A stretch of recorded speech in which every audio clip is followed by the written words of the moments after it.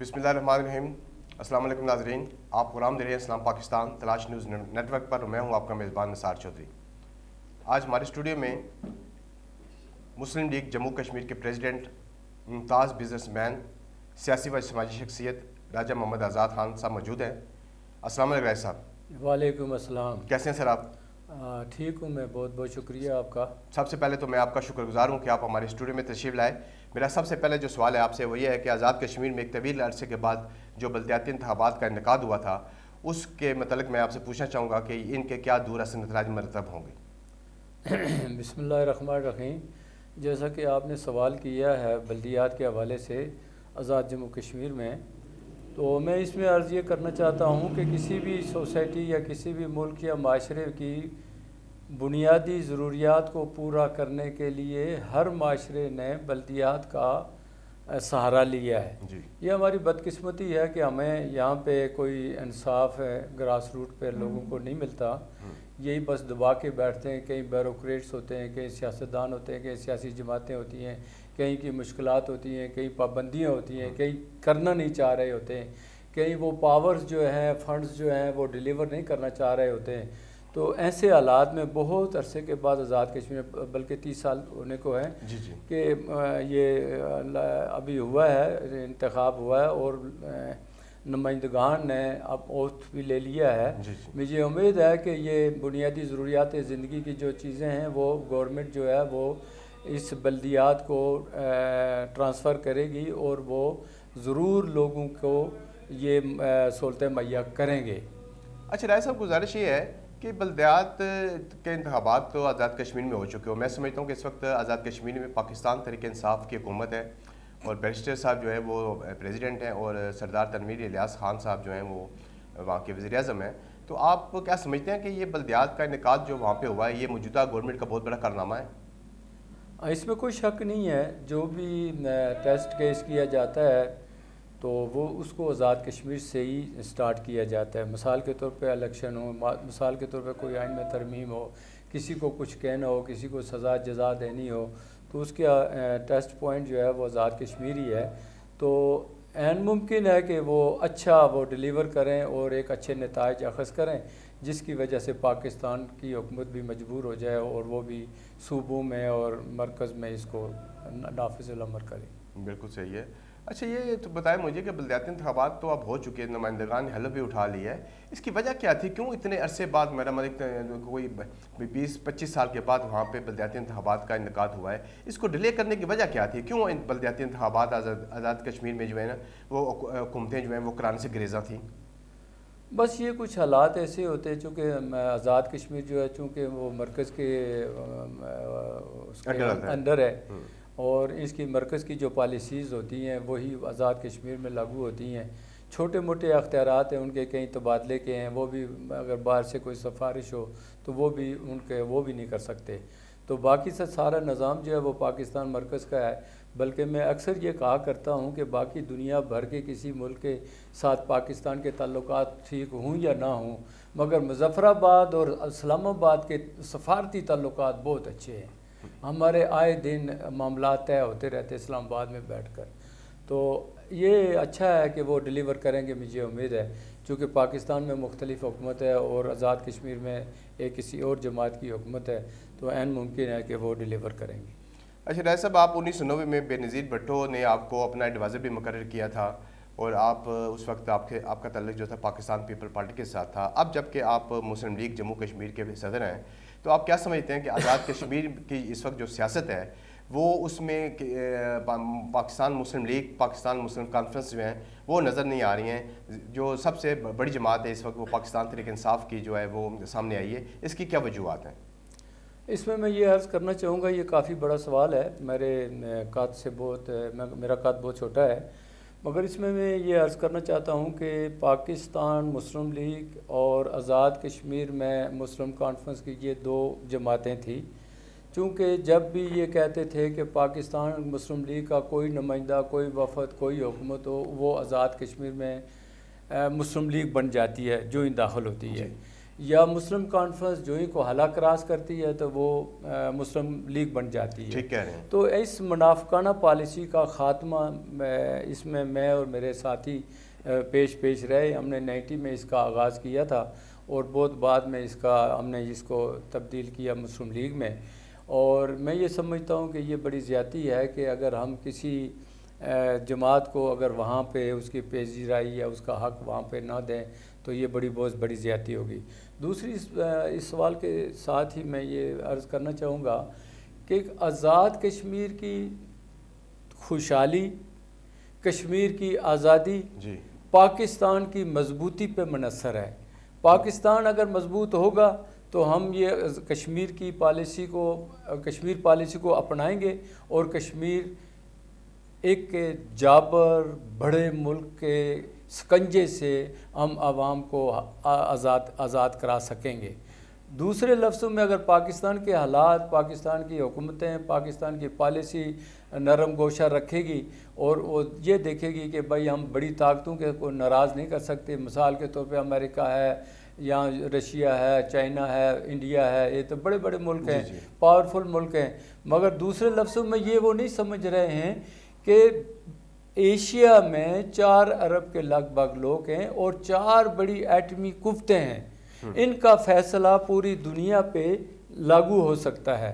मगर इस बात के नज़रअंदाज कर जाते हैं। यहाँ पाकिस्तान की सरकार जो है ये आए दिन किसी न किसी के साथ नरम गोशा इख्तियार करके कश्मीर को तकसीम करा के, कश्मीर तकसीम हो गया, 4 हिस्सों में तकसीम हो गया। अब किस किस हिस्से को हम आज़ाद कराएंगे और कहाँ से कराएंगे? भारत एक बहुत बड़ी मंडी है, तजारती मंडी है, अफरादी क़ुव्वत की मंडी है, वहाँ सोर्सेस हैं, ज़राए हैं। इस लिहाज से हर मुल्क उसकी तरफ झुक जाता है। उनकी पॉलिसीज़ भी अच्छी है हमारे से, ये मैं अर्ज़ करूँ। गो के कश्मीर में उन्होंने एक जबरन खून मारा है, मगर उसके बावजूद वो आम पब्लिक के लिए, आवाम के लिए, सूबों के लिए बेहतर पॉलिसी है। अच्छा, वैसे मैं आपके हमारे पाकिस्तान से कत कलामी की माफ़ी चाहूँगा। मैं आपसे पूछना ये चाह रहा हूँ कि आज़ाद कश्मीर की जो आज़ादी की तहरीक है उसमें पूरी दुनिया जानती है कि आपने न सिर्फ आज़ाद कश्मीर में, पाकिस्तान में, बल्कि पाकिस्तान से बाहर बैरून मुमालिक में भी आपने आज़ाद कश्मीर की जो तहरीक आज़ादी है उसमें बढ़ चढ़ का आपने हिस्सा भी लिया है। लेकिन इसकी कामयाबी की जो है अभी तक क्यों नहीं हो, ये तहरीक जो है कामयाबी की जानब क्यों नहीं गामज़न हो सी, इसकी क्या वजूहत है? इसकी बड़ी वजह यह है कि मरकज़ के पास तमाम अख्तियारात हैं। आज़ाद कश्मीर और कश्मीर के लोगों के लिए कोई अख्तियार नहीं है कि वो बैरूनी तौर पे जाके अपनी आवाज़ उठा सकें, अपने हकूक़ की बात कर सकें, आज़ादी की बात कर सकें, लोगों की बात कर सकें, खित्ते की बात कर सकें। चूँकि ये दोनों ममालिक ने ऐसी पाबंदियाँ लगाई हुई हैं कश्मीरी लोगों के लिए कि ये बाहर इनका कोई इतनी सुनाई नहीं दे रहे। मगर आज़ाद अक़वाम जो है ना वो इस पे ज़रूर गौर करती है कि हिंदुस्तान ने जुल्म किया हुआ, हिंदुस्तान ज़्यादती कर रहा है। उन्होंने बहुत रियासतों को इस तरह गासबाना कब्ज़ा कर रखा है, जैसे कि कश्मीर भी शामिल है। तो ऐसे हालात में बैरूनी दुनिया जो है वो बहुत कुछ चाह रही है कि कश्मीर के लोग एज़ ख़ुद अपनी ज़बान से कहें कि मुझे दाएँ टांग में गोली लगी है, ना कि बाएँ वो दिखाएँ प्लस्तर करके। अच्छा, तो ऐसे हालात में हमारे पास कोई अख्तियारात नहीं है जो कि हम बाहर जाके बात कर सकें। अगर अख्तियारात हों तो हम बग़ैर असले के हम ये अपना हक़ ले सकते हैं। दलाइल से, हक़ाइक़ से, हालात से मजबूर कर सकते हैं हिंदुस्तान को कि भाई वो हमारा हक़ हमें दे। तो जब हमारे अख्तियारात नहीं हैं तो हम कुछ नहीं कर सकते, हमारी कोई बात सुनने के लिए तैयार नहीं है।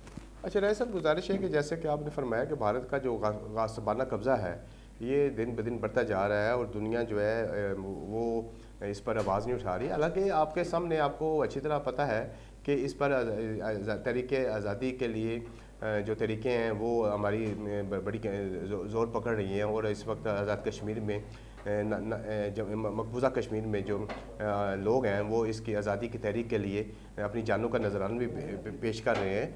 लेकिन मैं आपसे ये पूछना चाह रहा हूँ कि आप जैसा कि आपने फरमाया कि दुनिया जो है वो उसके लिए हमें बताना पड़ेगा, लेकिन जो मकबूजा कश्मीर के जो लोग हैं वो क्या चाहते हैं? वो इलाके पाकिस्तान चाहते हैं या ख़ुद मुख्तार कश्मीर चाहते हैं? इसके बारे में थोड़ा सा बताएं हमें।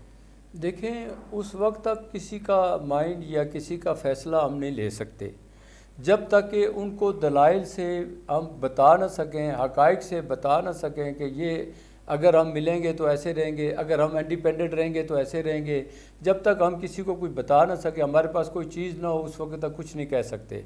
बहरहाल इसका बेहतरीन हाल ये है कि 1 हफ़्ते का छुट्टी का ऐलान कर दिया जाए अक़वाम मुत्तहिदा की तरफ से। आज से 35-40 साल पहले भी मैंने इसमें एक आर्टिकल लिखा था कि 10 से 15 साल तक ये पूरी रियासत जो है इसको ये मसनूई लकीर जो है LOC इसका ख़ात्मा कर दिया जाए और आवाम को इकट्ठा कर दिया जाए। 10 से 15 साल तक इसको फ्री हैंड दिया जाए ताकि नई नस्ल को, आने वाली नस्ल को जो है हम उनके साथ मशावरत करके तो इसका कोई हाल तलाश करें। ख़ित्ते के अंदर सबसे बड़ी जो है इस वक्त बदअमनी जिसको कह सकते हैं, और बेरोज़गारी और दहशतगर्दी और दीगर जितने मामलात हैं, जो बुराई आप कहें इसमें इस कश्मीर की वजह से है। चूँकि कश्मीर के काबज़ जो लोग हैं वो अपने एक दूसरे को पावर दिखाने के लिए वो असले का ख़रीदारी में अंबार लगा रहे हैं और आवाम को भूखा मार रहे हैं। टैक्सेस के पैसे बचा के उनके वहाँ से तमाम आमदनी के सोर्सेज ज़राए को असले पे लगा देते हैं, इधर लाशों के ढेर लगा लेते हैं, हक़ किसी को भी नहीं मिल रहा है। इस ऐसे हालात में 4 एटमी क़ुव्वतों के दरमियान ये कश्मीर है, मसला कश्मीर, इसको एक बफर जोन के तौर पे स्टेट डिक्लेयर कर दिया जाए ताकि ये एशिया के अंदर ये एक पुरअमन ख़ित्ता एक डिक्लेयर हो सके दुनिया भर के लिए। और दुनिया भर के लिए ये कश्मीर जो है ना, ये एक तंदूर का पेश खैमा भी पेश कर रहा है, क्योंकि इसी की वजह से आग लगती है और इसी की वजह से गुर्बत का शिकार होते हैं, इसी की वजह से सरहदों में जंगें होती हैं और असला बनाने वाले फैक्ट्रियाँ जो है, ममालिक जो है वो कभी नहीं चाहेंगे कि ये इनका अमन कायम हो सके। ये पाक भारत और चाइना और रशिया को मिलकर हमारा ये फ़ैसला कर दें ताकि हम किसी के साथ कश्मीरी अवाम लड़ने के लिए तैयार नहीं है, ना कोई तोसी पसंदाना अज़ाइम रखते हैं, जबकि पाकिस्तान की भी ऐसी पॉलिसी है और हिंदुस्तान की भी यही पॉलिसी है। हिंदुस्तान के अंदर हिंदुस्तान है, जबकि दुनिया भर में उसकी कहीं और वजूद कायम नहीं है।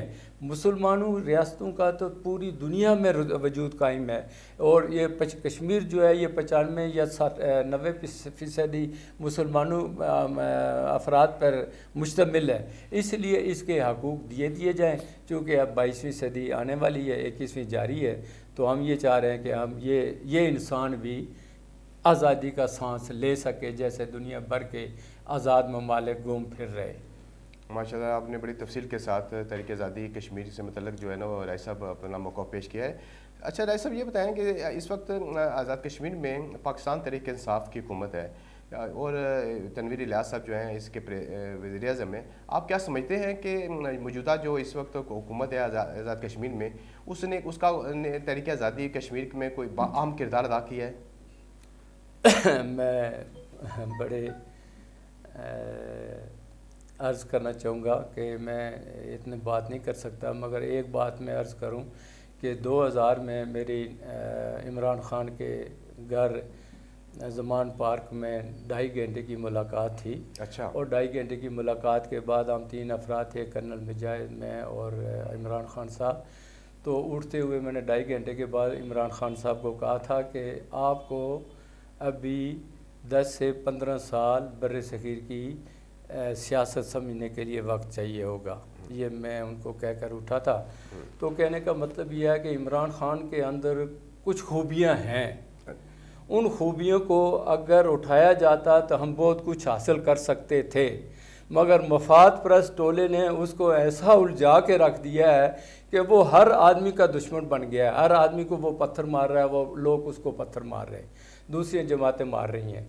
वो उसमें जो खूबियाँ थी उस तरफ उसको अगर ले जाते तो कश्मीर क्या, पाकिस्तान क्या, हमारे ये मकरूजियत जो है, कर्ज़े जो है, बेरोज़गारी जो है, हम भारत के साथ मुकाबला कर सकते थे। हम खुले दिल से जिस तरह बैरूनी दुनिया, यूरोप है, दीगर ममालिक हैं, ये बेहतर तौर पे ये हक़ ले सकता था इमरान ख़ान। अच्छा। मगर इसको ऐसे उलझा के रख दिया, वो ख़ुद भी उलझ गया वो कोई काम नहीं कर सका तारीख़ी लिहाज से, सिवाय चोरी के, चिकारी के, गाली गलोच के और नफ़रतों के और तबकों के, और उसने ग्रुपों की शक्ल में बना लिया है। तो ये हम कोई बड़े अफसोस की बात है, ये कौम बदबख्त है, इस कौम को कुछ नहीं मिल सकता। जो अच्छे लीडर भी आते हैं उनको उड़ा दिया जाता है, या किसी न किसी ऐसे मसले मसाइल में उलझा दिया जाता है जो कि वो अपना मकासद हासिल नहीं कर सकती है।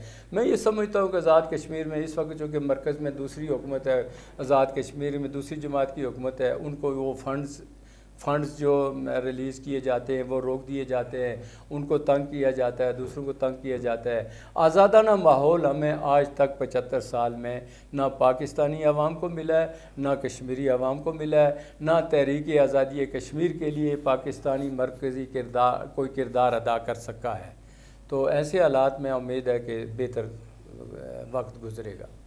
फेडरल की गवर्नमेंट पाकिस्तान में जो है, पाकिस्तान जो है मुस्लिम लीग के जो प्रेसिडेंट हैं मियाँ शहबाज शरीफ साहब हैं, वो पीटीएम की हुकूमत है। आज़ाद कश्मीर में तहरीक इंसाफ की हुकूमत है, और इनकी आपस की चपकलश की वजह से, फ़ंड की अदम फरामी की वजह से जो तरक्याती काम है या आज़ाद कश्मीर के जो अवाम है उनका जो नुकसान हो रहा है, उस पर भी आपने बड़ी तफसील के साथ रोशनी डाली है। फिर इमरान खान साहब के मतलब जो आपने बताया है कि आप समझते हैं कि इमरान खान साहब भी वो वाहिद शख्सियत थे जो पाकिस्तान को न सिर्फ मुश्किलात से निकाल सकते थे और पूरी दुनिया में पाकिस्तान का नाम बुलंद कर सकते थे, लेकिन उनको जो है वो सही मानों में काम करने नहीं दिया गया। उनके राह में जो है वो रोड़े अटकाए गए और उनकी राह में बेपनाह जो है मसाइल पैदा किए, और अभी तक भी उनको इन्हीं कामों में उलझा के रखा हुआ है, जिसकी वजह से पाकिस्तान में और पाकिस्तान के अवाम का जो है वो नाकाबिल तलाफ़ी जो है वो नुकसान हो रहा है। अच्छा राय साहब, गुजारिश ये है कि चूँकि आप का तल्लक जो है वो आज़ाद कश्मीर से है और पाकिस्तान के साथ भी आपका है एक बड़ा मजबूत रिश्ता है और मजबूत रिश्ता आप कायम करना चाहते हैं, आज़ाद कश्मीरी कौम भी। इस वक्त जो पाकिस्तान की जो सूरत हाल है और आपके सामने है, आपकी मैशत जो है वो दिन ब दिन गिरती जा रही है, सियासी जो है वो अदम इस्तेकाम की वजह से, आप क्या समझते हैं कि इसका क्या हल होना चाहिए? हाँ, बहुत बड़ा सवाल है आपका नसार भाई साहब। तो इसके लिए अर्ज़ ये है कि इस वक्त पाकिस्तान के अंदर एक सियासी खला पैदा हुआ है, और ये खला जो है ये किसी डूबती हुई किश्ती की तरफ नज़र आ रहा है, और बड़े अफसोस का मकाम है कि अभी 75 साल में हम एक पाकिस्तानी नहीं बन सके। जबकि कश्मीर की पाकिस्तान के अंदर कोई भी अच्छा मौका आता है, खेल में कामयाब होता है, किसी और चीज़ में कामयाब होता है, तो कश्मीर के लोग इसके पाकिस्तान जिंदाबाद, पाकिस्तान को कायम दायम रखने के लिए, पाकिस्तान की लॉन्ग लाइफ के लिए वो झंडा उठाते हैं, नारे लगाते हैं, और दूसरे दिन उनके घर बार तबाह कर दिए जाते हैं। मगर पाकिस्तान के अंदर आज तक किसी ने ऐसा झंडा नहीं उठाया कि हम एक वतनी हैं, हमारा एक वतन है, पाकिस्तान है। आप सिंध चले जाएं तो सिंधी है, बलूचिस्तान चले जाएं तो बलूचिस्तान में अलहदगी तहरीकें चल रही हैं, सरहद वाले वो कहते हैं हम पता नहीं किसका हिस्सा है, तो सिर्फ छोटा सा पंजाब रह जाता है जिसके कहते हैं जी पाकिस्तान पाकिस्तान है।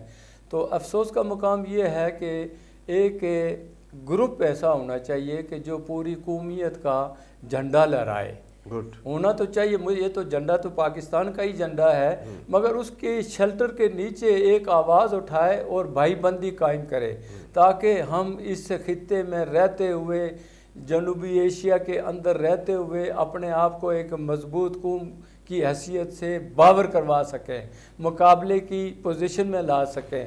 तो ऐसे हालात में इस वक्त तो बहुत बड़ा मुश्किल लग रहा है, क्योंकि अभी इलेक्शनों का मामला आ गया है और सूबाई इलेक्शनों का मामला है, और कोई लीडरशिप इतनी काम नज़र नहीं आ रही है, जिसकी वजह से कि चारों सूबों के अंदर कोई हम नताइज हासिल कर सकें। अच्छा राय साहब, मैं आपसे जो है ना, आप आखिरी एक दो क्वेश्चन है मेरे, वो मैं आपसे पूछना चाहूँगा कि आपने बड़ी तफसील के साथ जो है ना पाकिस्तान की मैशत और उसकी सियासियत में इस्तेकाम के ऊपर रोशनी डाली है। पाकिस्तान मुस्लिम लीग के जो सदर हैं मियाँ नवाज शरीफ साहब, वो काफ़ी अरसे से जो है वो लंदन में मुकीम है और वो पाकिस्तान आना चाहते हैं, लेकिन पाकिस्तान आने के लिए उनके लिए हालात जो हैं वो साजगार नहीं हो रहे। आप क्या समझते हैं कि अगर मियाँ नवाज शरीफ साहब पाकिस्तान आ जाते हैं तो फिर सियासत जो है हमारी वो क्या रुख इख्तियार करेगी? हाँ, ये तो बड़ा अच्छा सवाल आपने किया मुस्लिम लीग के हवाले से, चूँकि मुस्लिम लीग वो जमात है जिसने इस पाकिस्तान का वजूद कायम किया, बर्र सगीर में एक अलग मुल्क हासिल करके दिया और मुसलमानों की नुमाइंदगी की है, डट कर की है, रज कर की है, जीत कर की है, हक़ को बावर करवाया है। इसमें मैं ये अर्ज़ करना चाहता हूँ कि नवाज़ शरीफ जेल से जब बाहर गए हैं तो वो ऐसे खुद तो नहीं गए होंगे, कुछ हालात ऐसे हुए होंगे, कुछ अदारों ने उनका साथ दिया होगा, हुकूमत ने साथ दिया होगा, कुछ हालात ऐसे थे जिसकी वजह से उनको बाहर भेजा गया है। ठीक। तो आप बहुत से ओहदे हासिल कर सकते हैं, पीएचडी बन सकते हैं, डॉक्टर बन सकते हैं, इंजीनियर बन सकते हैं, पायलट बन सकते हैं, फौजी जर्नल बन सकते हैं, सब कुछ बन सकते हैं, मगर एक सियासी कारकुन के लिए बनने के लिए बड़ी मुश्किल है, सदियाँ इसकी इंतज़ार करनी पड़ती हैं। और जब कोई कारकुन वो बन जाता है, वो सियासत की सूझबूझ समझता है, तो उसको उठा के आप बाहर फेंक दें, दूसरे को ले आए, तीसरे को ले आए। सब्स्टिट्यूट जो होता है वो कामयाब नहीं होता जब तक कि असल चीज़ वो ना सामने हो। तो ऐसे हालात में मैं ये समझता हूँ कि नवाज़ शरीफ का मुल्क के अंदर आना और चारों सूबों के अंदर उनकी एक मौजूदगी का होना बहुत ज़रूरी है हमारे इस मुल्क के लिए, कौम के लिए, हालात के लिए। बेरोज़गारी और महंगाई और दहशतगर्दी है और मुल्क के अंदर जो खलफाशार पैदा हो रहे हैं, फ़िरके वारियत पैदा हो रही हैं, कोई नारे लग रहे हैं, कोई उरियानी के नारे लग रहे हैं, कोई जिस्म के नारे लग रहे हैं। ऐसे हालात को पैदा करने के लिए एक लीडर की ज़रूरत होती है। लीडर वो होता है जो हालात का मुकाबला करता है, जायज़ा लेता है, वो दुनिया की ख़बरें सुनता है, दुनिया के हालात और वाक़यात से वाक़फ़ होता है, उनकी नकल करता है, उनको असल लाता है, उनके हालात के मुताबिक अपने आप को वो तैयार करता है किसी कौम को सामने पेश करने के लिए, दुनिया में कायम रखने के लिए। वो लीडर ही समझ सकता है, ना कि पीएचडी डॉक्टर समझ सकता है, ना कि रिटायर्ड जर्नल समझ सकता है, ना कि जजों में से कोई ऐसी चीज़ होती है। ये सब के अपने अपने महदूद अख्तियारात होते हैं, महदूद सोचें होती हैं, उस सोचों के मुताबिक ये फ़ैसले कर देते हैं और फिर कौम को ये ऐसी ऐसी सज़ाएँ भुगतनी पड़ती है। अच्छा राय साहब, जैसा कि आपको मालूम है कि मियां नवाज़ शरीफ साहब ने अपना जो जानशीन है वो अपनी बेटी मरियम नवाज़ को जो मुकर्रर कर दिया है और पाकिस्तान मुस्लिम लीग का उनको चीफ ऑर्गेनाइज़र बनाया और सीनियर नायब सदर भी उनको बना दिया। आप क्या समझते हैं कि इस वक्त मुस्लिम लीग जो